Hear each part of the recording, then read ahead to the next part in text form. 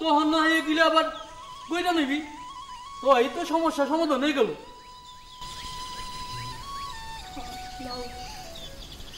ল বাজান তুই আর না করিস না।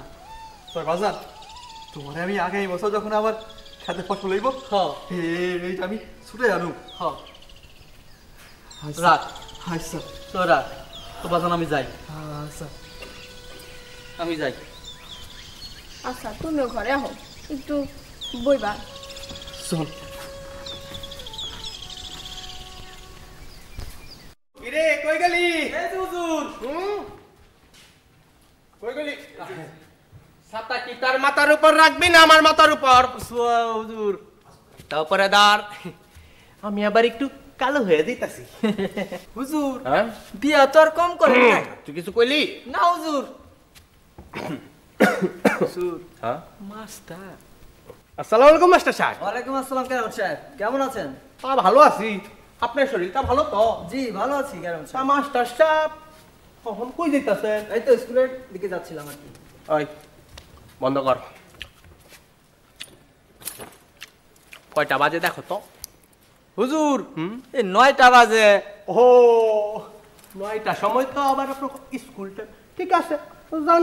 কেরামত সাহেব আপনার সাথে কিছু জরুরি কথা ছিল। হ্যাঁ আমার লগে? জি জি। এদিকে আয়। মাস্টার সাহেব ওর কি টাকা লাগবে রে? মনে হয় খাতা ডাইন যাইয়া মাস্টার সাহেবের নামটা তুইলা দিস। ঠিক আছে হুজুর। মাস্টার সাহেব বলেন। কেরামত সাহেব আপনি তো জানেন আমাদের বিদ্যালয়ের দৈন্যদশা। আমাদের বিদ্যালয়ের টিনের চালগুলো ফুটো হয়ে গেছে এবং পাখাগুলো নষ্ট হয়ে গেছে। আপনি যদি লোক লাগিয়ে ঠিক করে দিতেন তাহলে ছেলেমেয়েদের খুবই উপকার হতো। আচ্ছা মাস্টার সাহেব জি বলেন। আপনার স্কুলের পাখা যদি আমি ঠিক করে দেই তাহলে কি আমার টাকা পারবে? কেরামত সাহেব আপনার আল্লাহ আপনাকে অনেক টাকা পয়সা দিয়েছে কিন্তু আপনার মনটাকে বড় করেনি। আমি আসলে ভুল মানুষের কাছে আবদার করে ফেলেছি। ঠিক আছে চলি। আসসালামু আলাইকুম।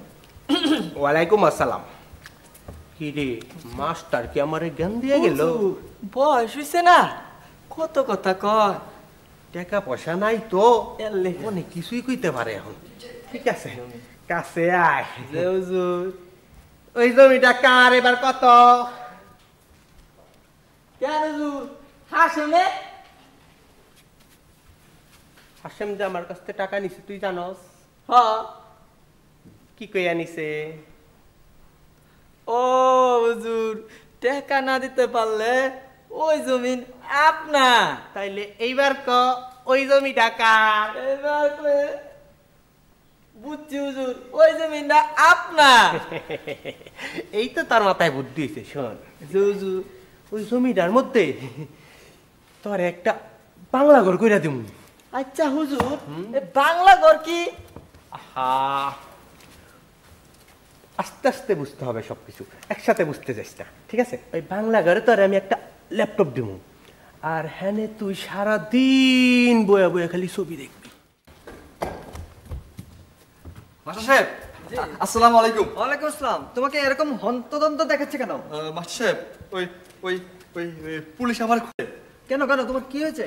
মহাজন আমার নামে মামলা করছে। মামলা করেছে? আমি কিছু চোখে মুখে না দেখিয়া আপনাকে চাইছি, আপনি আমার একটু সাহায্য করেন। আচ্ছা তুমি কোনো চিন্তা করো না। শহরে আমার একজন বন্ধু আছে, সে খুব ভালো উকিল।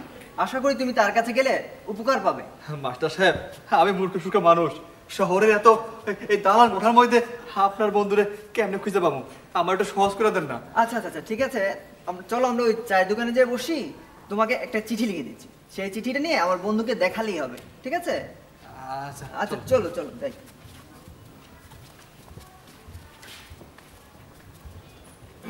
হুজুর উকিলের বাড়ি যেতে হবো তো? ও তুই তো ভালো রে, সবকিছু মনে রাখস, তো অনেক বুদ্ধি। চল। উকিল সাহেব বাড়িতে আছেন? উকিল সাহেব, উকিল সাহেব কাছে আসেন। কোন তাই না স্যার তো বুঝেনি তো। শোনেন আমি এই যে একটা গুরুত্বপূর্ণ কাজে আপনার কাছে, আর আমি তো আবার কাজ ছাড়া আপনার কাছে আসি না, সেটা তো আপনি জানেন। হ্যাঁ এটা তো আমি জানি। আমাগো গ্রামের হাসেম আছে না,